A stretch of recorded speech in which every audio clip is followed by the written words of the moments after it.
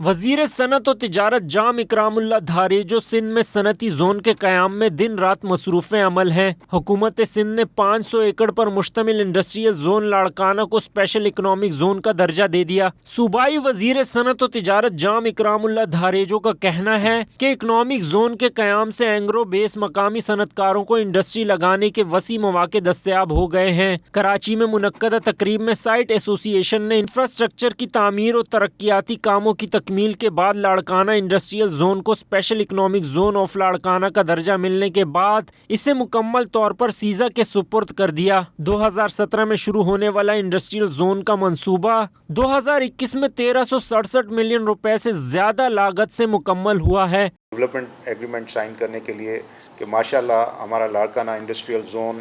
Special economic zone بن گیا ہے،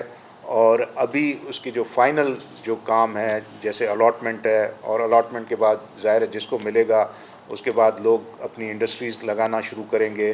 اور میں سمجھتا ہوں یہ ہمارے چیئرمین بلاول بھٹو زرداری صاحب اور پریزیڈنٹ آصف علی زرداری صاحب کا جو ویژن ہے کہ سندھ یا پاکستان میں زیادہ سے زیادہ انڈسٹریز لگیں تاکہ لوگوں کو روزگار کے موقع ملیں، اور آپ کو پتہ ہے کہ انڈسٹریز کے بغیر کوئی بھی ملک ترقی نہیں کر سکتا۔